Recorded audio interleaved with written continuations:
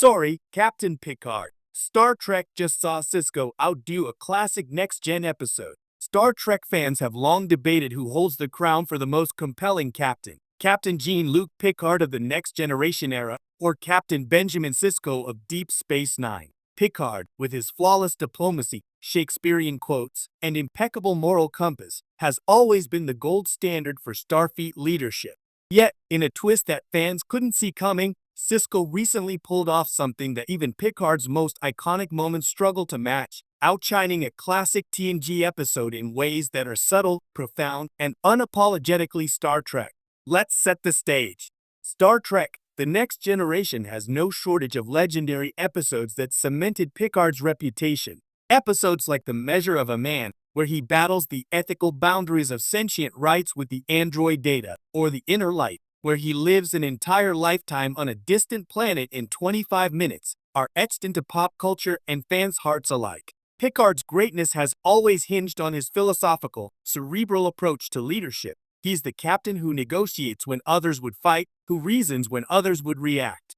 And in many ways, that has made him an almost untouchable figure in Star Trek lore. But Sisko, often overshadowed in these debates, has quietly been building a case for himself as a captain who can do what Picard never could. Unlike Picard, Sisko's strength lies in his ability to operate in moral gray zones. He's not above bending the rules to protect his crew, his city, or the greater good of the Alpha Quadrant. He's a father, a leader, a Starfleet officer, and, most importantly, a man who is forced to wrestle with the weight of prophecy, war, and politics simultaneously. And it's in these pressures that Sisko's brilliance recently shone brighter than Picard's iconic stand against Admiral Pressman or even the emotional resonance of The Inner Light. The episode in question, without spoiling too much, placed Sisko in a scenario that tested not just his tactical genius, but his emotional intelligence in ways few TNG episodes dared to explore.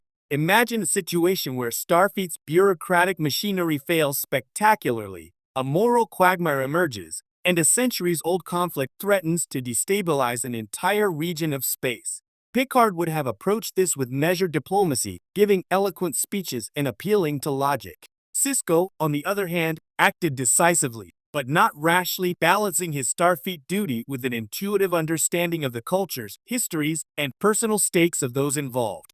Here's the key difference. Picard's iconic episodes are often cerebral, with tension largely arising from moral or philosophical dilemmas.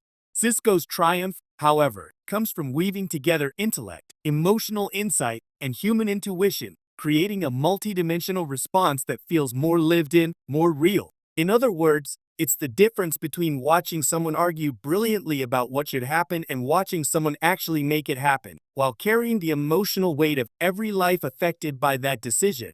To illustrate this, let's look at the classic TNG episode The Measure of a Man, which many consider the pinnacle of Picard's moral reasoning. In it, Picard defends Data's sentience, risking his career to argue in a courtroom that an android has rights. It's a deeply philosophical and elegant moment, but it's ultimately confined to a formal setting. Picard succeeds because he argues well. The story's tension is intellectual and ethical, rather than visceral. Now contrast that with Sisko's recent episode. Without revealing too many spoilers, he finds himself negotiating with adversaries whose motivations are incomprehensible to the average Starfleet officer, all while managing the internal politics of Bajor, the military priorities of Starfleet, and the prophecy that casts him as a messianic figure. The stakes are immediate and multifaceted. Lives are on the line, trust is fragile, and every choice carries consequences that ripple through the quadrant. Where Picard might have debated, Sisko acted strategically, morally, and emotionally. And when the dust settles, the result isn't just a victory, it's a nuanced resolution that honors the complexity of every character involved. What makes this even more remarkable is the storytelling structure itself. Deep Space Nine always had the advantage of serialized narrative, allowing character arcs and long-term plots to develop with unprecedented depth.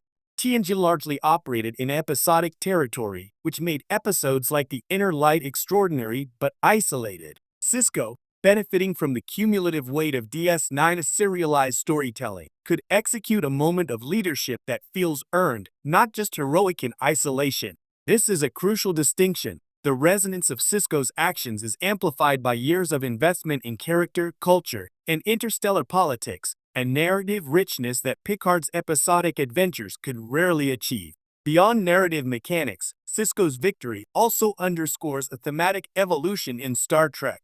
While Picard often represents idealism and principle in the face of moral complexity, Sisko embodies realism and pragmatism without sacrificing morality. In a universe increasingly aware of political nuance, Sisko's approach feels not only timely but revolutionary. He demonstrates that being a Starfleet captain isn't just about moral certitude, it's about understanding the shades of gray, making difficult choices, and taking responsibility for consequences that no amount of idealistic reasoning could fully prepare you for.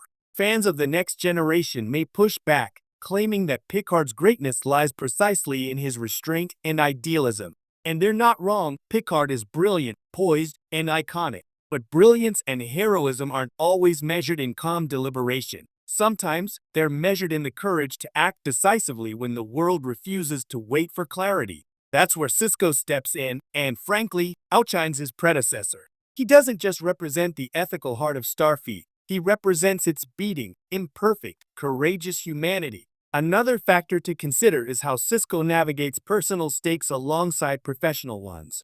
Picard's stories rarely entangle him in personal tragedy or domestic complexity. His connections are often professional or abstract.